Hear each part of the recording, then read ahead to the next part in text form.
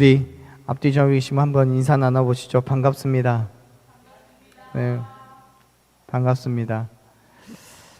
지난주에는 우리는 어린이 주일로 보냈죠. 그래서 어린이들에게 기쁜 선물도 좀 나눠주고 했었습니다. 오늘은 어버이 주일로 보내고 있습니다. 어버이 주일이라서 여러분들 다 가슴에 옷을 다 달고 계시는데요. 어른분들이요. 네, 부모님 되신 분들이요. 다 달고 계시는데 예쁩니다. 꽃 말고요. 여러분들이 참 아름답습니다.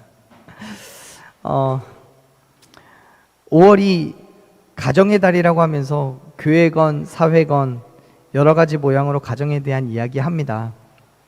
비록 1년 12달 중에서 5월 한 달에 국한된 것이긴 하지만 그럼에도 불구하고 이 한 달만큼이라도 가정에 대한 이야기를 한다는 것은 그만큼 가정이 한 사회를 구성하는 데 매우 중요한 위치를 차지하고 있다는 이야기겠지요. 그렇습니다. 가정은요, 사회를 구성하는 가장 작은 단위의 공동체입니다. 그리고 그 공동체를 구성하는 가장 중요한 위치가 바로 부모입니다. 왜냐하면 부모가 없이는 자녀가 존재할 수 없기 때문에 그래요. 우리는 부모와의 관계를 통해서 다른 사람들과 함께 살아가는 법을 익히고 세상의 권위체계에 대해서 배웁니다.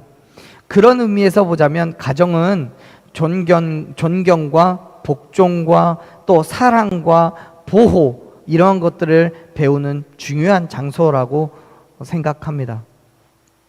우리가 부모님에 대한 성경의 말씀을 생각해 보면 가장 떠올리는 게 어떤 말씀이 있습니까? 오늘 우리가 함께 읽은 말씀도 있지만 부모에 대한 이야기하자면 가장 먼저 떠올리는 건 십계명일 거예요. 십계명의 제5계명이 바로 그 부모에 관련된 계명이잖아요. 출애굽기 20장 12절 말씀이 그런데요, 그 말씀에서 십계명의 5계명이 바로 내 부모를 공경하라라는 계명입니다. 성경은 분명하게 우리에게 부모를 공경할 것을 요구합니다. 그런데요, 이 십계명의 말씀인 출애굽기 20장 12절의 말씀을 보면 단순하게 부모를 공경하라라는 명령만으로 끝나지 않아요. 그 명령을 지켜 행했을 때 주어지는 은혜와 축복이 분명히 존재합니다. 그 은혜와 축복이 오늘 우리가 함께 읽은 에베소서 6장에서도 동일하게 기록이 되어 있어요.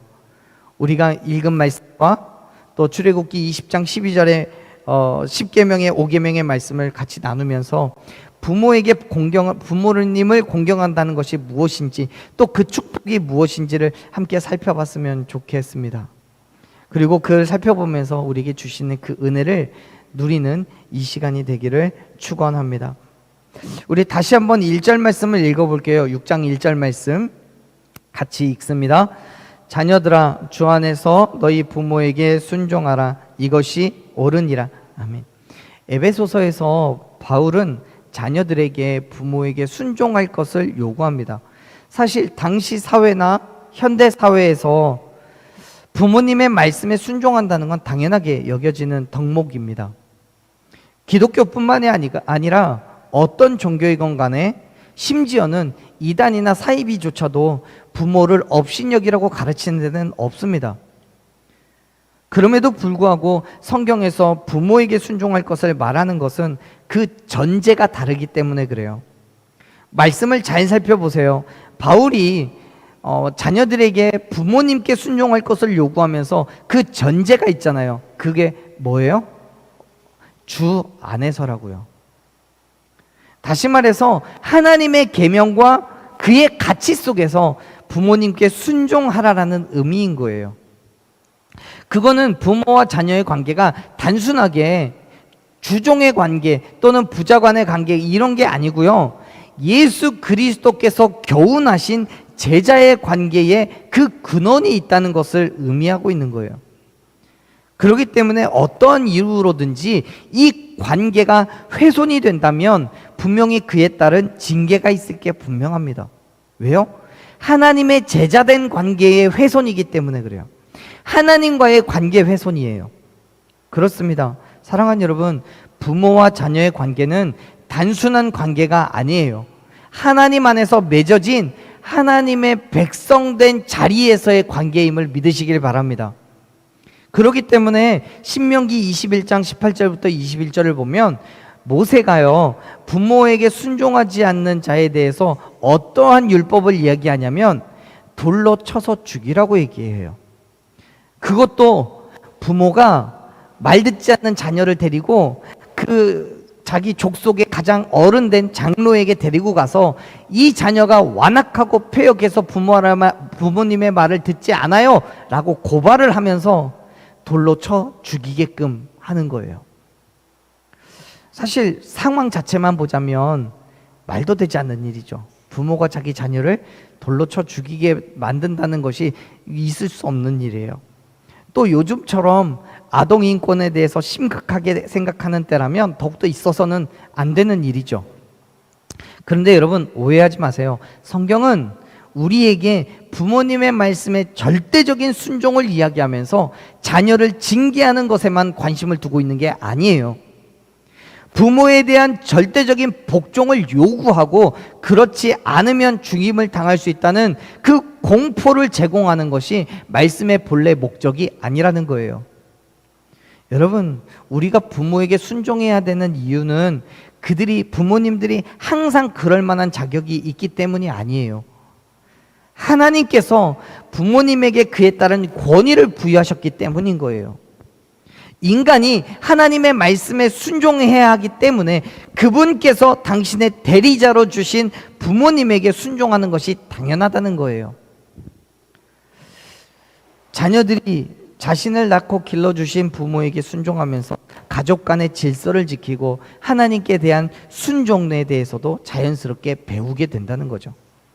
하나님께서 가정의 권위를 부모에게 위임하셨기 때문에 자녀가 부모에게 순종하는 것이 마땅한 거예요.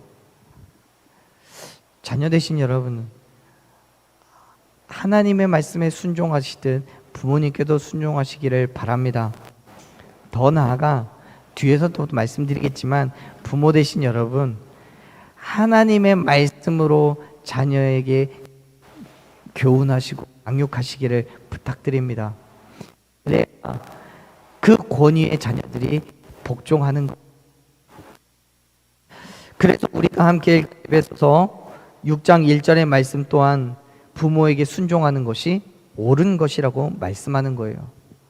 이 표현을 다르게 표현하자면 이것이 하나님의 성품과 맞먹는다, 이것이 하나님의 공의다라는 의미예요. 그렇기 때문에 부모님을 공경하는 것이 하나님의 성품인 거고 하나님의 발음이라는 사실을 여러분 기억하시길 바랍니다. 물론 믿지 않는 부모님에 대해서도 마찬가지예요. 부모님께는 순종해야 돼요. 특별히 믿지 않는 부모님이라고 할지라도 예수님께서 세우신 교회를 반대하거나 예수님을 섬기는 일을 금하는 경우가 아니라면 지극히 순종하는 것이 옳은 겁니다. 왜요? 그게 자녀된 도리인 거고요. 부모님의 믿음을 위해서도 섬김의 자세로 순종해야 되는 거예요. 여러분, 사도 바울이요, 율법에 명시되어 있는 부모님께 대한 순종을 다시 한번 여기에서 이렇게 강조하고 있는 이유는 뭐냐면 에베소 교회에 있는 성도들 중에 자신의 신앙생활을 핑계로 부모님께 대한 순종과 공경을 게을리하는 사람이 있었기 때문에 그래요. 교회를 열심히 섬긴다는 이유로 부모님을 모시는 것을 소홀히 하는 거예요.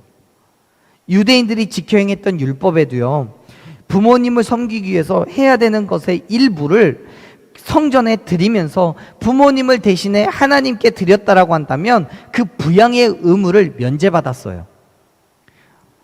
그렇기 때문에 바울은 부모님께 순종하고 공경하는 것에 대해서 분명히 해야 할 일이라는 것을 지금 지적하고 있는 거죠. 하나님께 하는 것 반드시 해야 돼. 그런데 그것과 부모님께 해야 되는 것이 서로 다르지 않아 라고 이야기하는 거예요.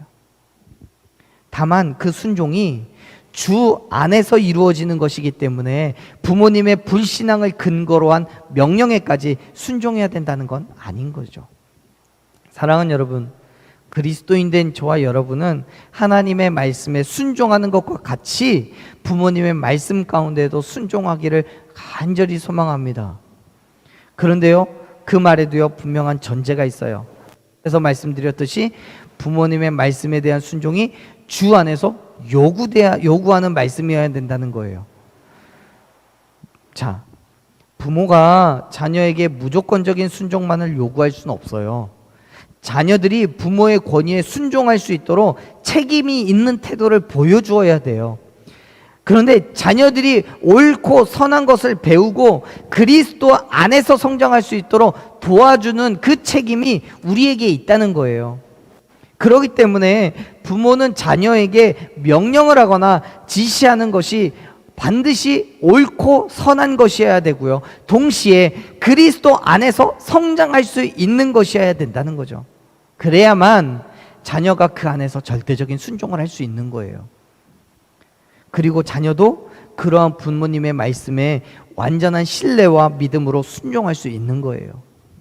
만일 부모님이 내게 요구하는 것이 불법적인 것이고 다른 사람에게 피해를 주는 거라면 어떻게 아무런 갈등 없이 자녀들이 순종할 수 있겠습니까?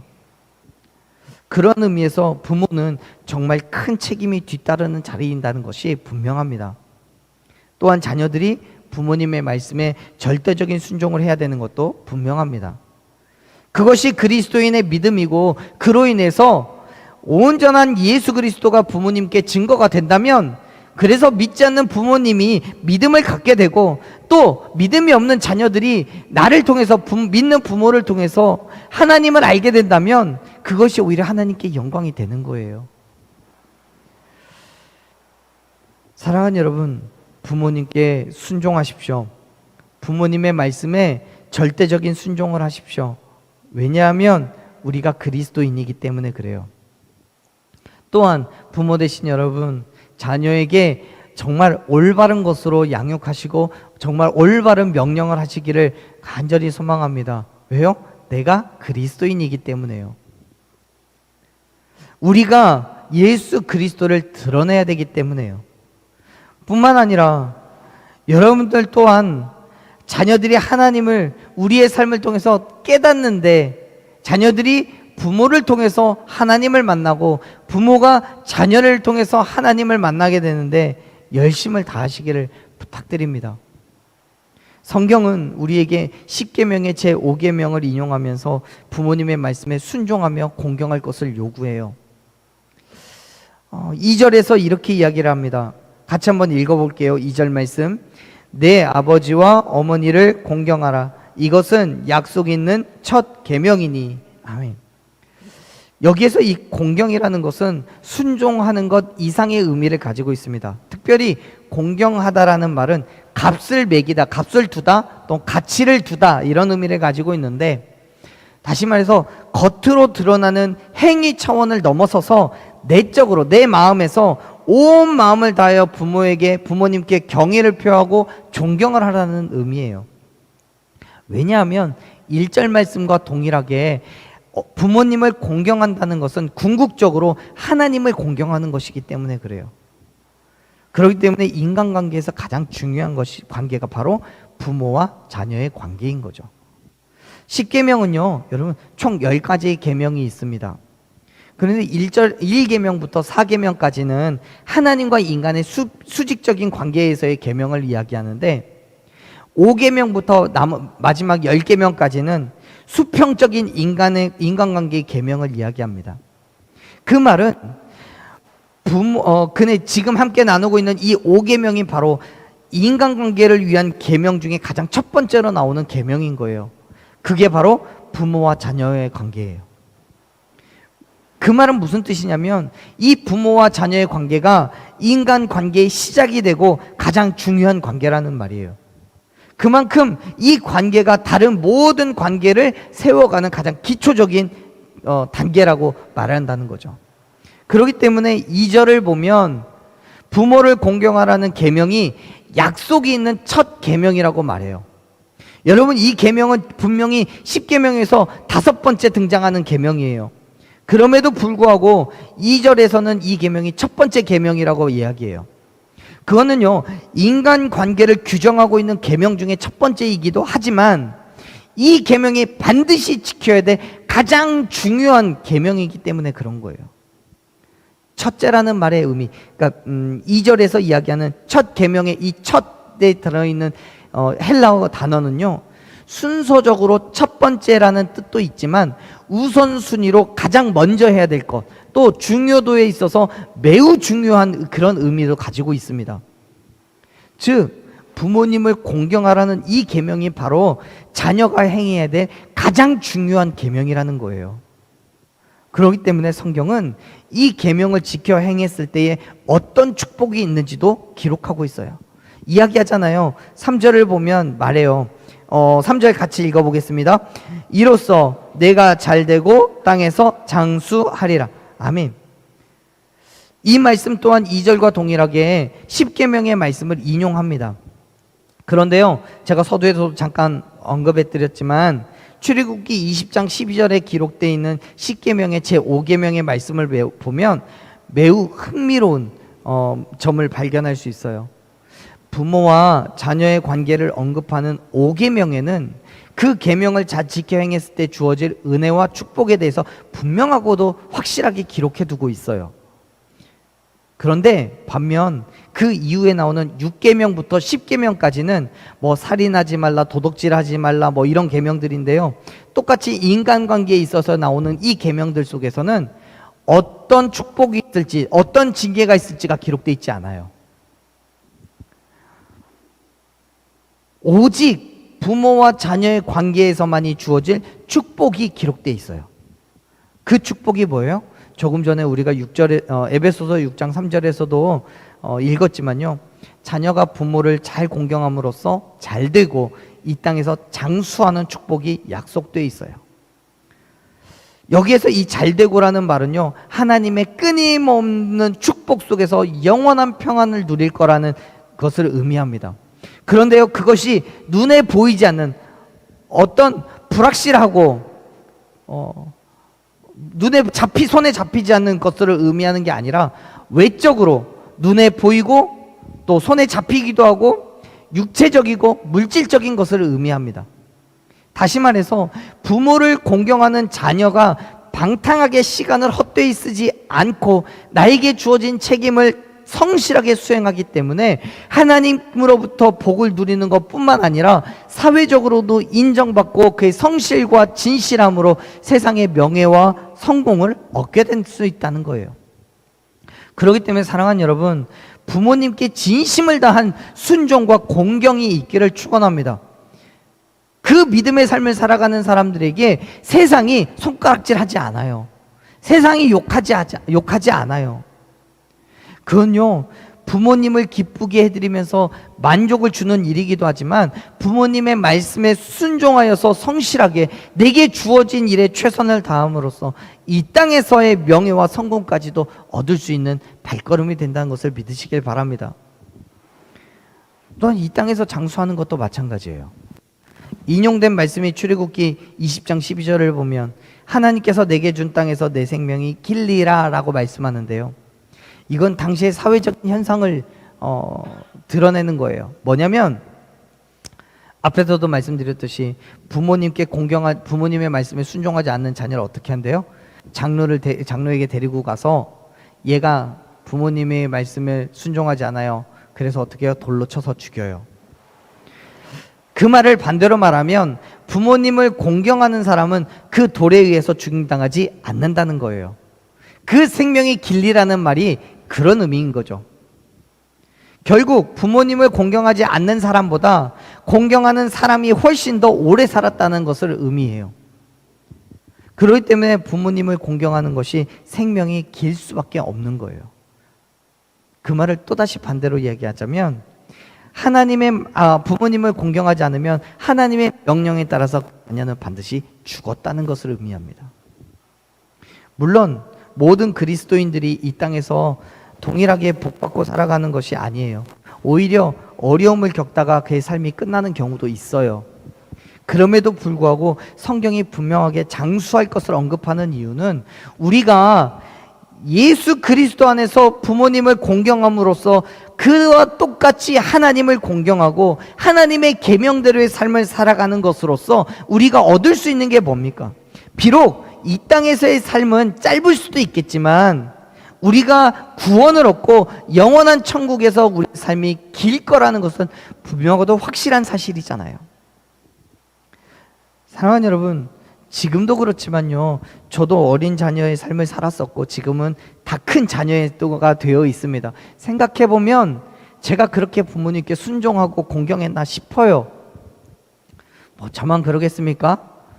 여러분들도 돌이켜보면 부모님께 잘한 것보다는 못한 게 더 많이 생각나죠. 그래서 정말 이 땅에서 우리가 얼마나 장수하고 살 수 있을지 잘 모르겠습니다. 제게 주어진 생명은 하나님만이 아실 것이기 때문에 잘 모르겠습니다. 그러나 부정할 수 없는 분명한 사실은 뭡니까?